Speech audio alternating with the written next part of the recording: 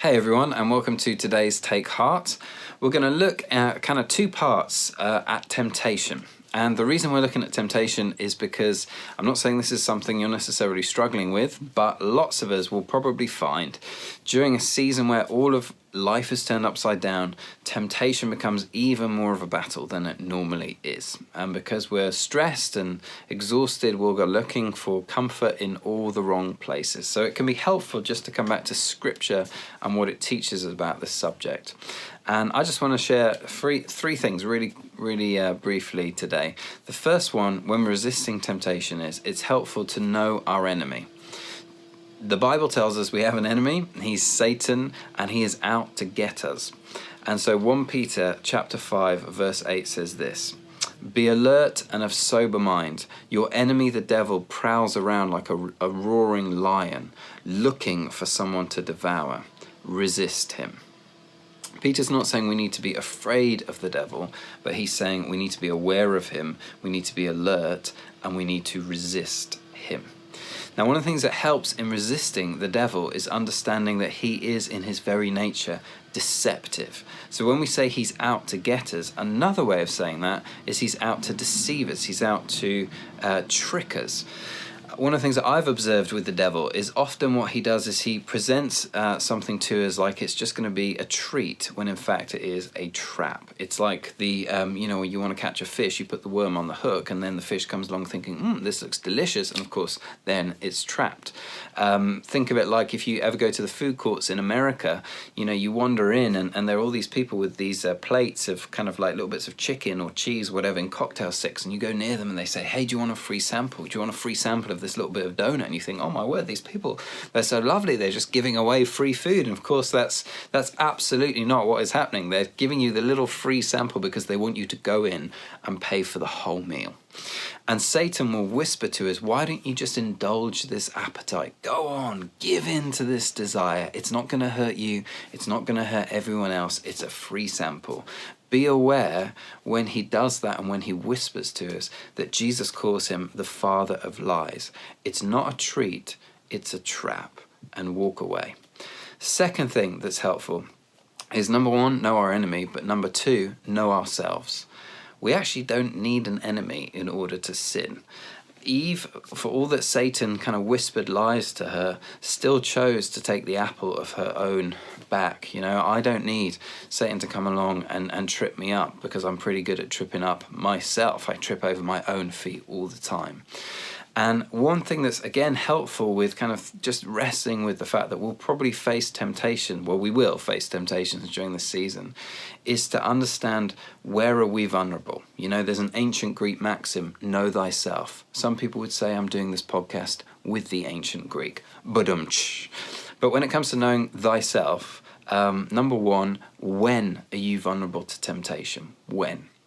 So Alcoholics Anonymous have a little kind of saying, which is the word HALT, that they say stands for H, hungry, A, angry, L, lonely, T, tired. When you're hungry, angry, lonely, or tired, halt, because that's when you're really likely to go ahead and mess it up. And these are times where for lots of us will be lonely, for lots of us will be angry, for probably almost all of us will be tired, and if you can't get to the shops, you may well be hungry as well. So it's that thing of, this is a time where we're probably likely to be vulnerable, and even within a day, in a 24-hour cycle, what are the points of the day where I feel most vulnerable to temptation and giving in? And then as part of it, not only when am I susceptible, but to what? What are the things for me that are particular weaknesses? If you're in a sports team, you analyze your own team's weaknesses so that you can compensate for those. Well, it's helpful to do that when we recognize we're going to battle temptation. What are the things that I struggle with? Because they'll be different from the things that you struggle with. Is my issue anger? Is it more related to pride? Is it more about lust? Is it more about greed? And then when I've identified that, Jesus in his teaching on the Sermon on the Mount is so clear about what we're to do, which is to be utterly ruthless in that area. It's to recognize this is a challenge for me, and so I'm going to resist it and I'm going to run away from it. I'm going to run in the opposite direction. I know I don't want to go near that. So I've got a friend who had an addiction to pornography for years and years and years.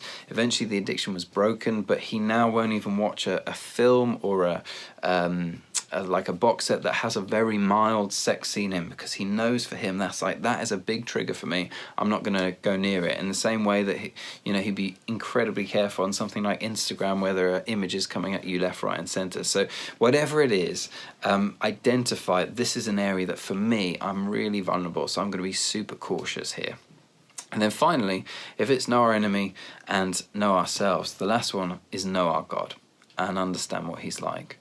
Mike and I, when we started to travel together, when I was his intern, he would take me and the other interns to all these restaurants. Of course he would. And he couldn't believe that I used to sort of sit there and just order this cheeseburger and like a Coke or whatever. He would have all these exotic foods and he would go on and on about how amazing they were. Oh my word, Andy, have you tasted these olives? Andy, this guacamole is to die for. Oh my word, Andy, whatever.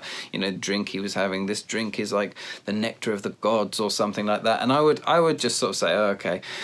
And then gradually what I found is, and I noticed it a number of years later, that I became like Mike in a restaurant. I would order, all these foods, and I would sit there sort of talking to anyone who would listen to me about how amazing the food was, and I thought, oh my word, I've become like him. That's what happens when you hang out with people, when they're passionate about something. It's hard for that not to be contagious. You just catch some of it. And what happens now is I go to restaurants and the last thing I order sometimes is a burger. I want to order all the stuff that Mike's into now. In the same way, when we spend time with Jesus, what happens is his tastes become our tastes. We're refined. I think the way the scripture puts it is we're transformed from one degree of glory to another.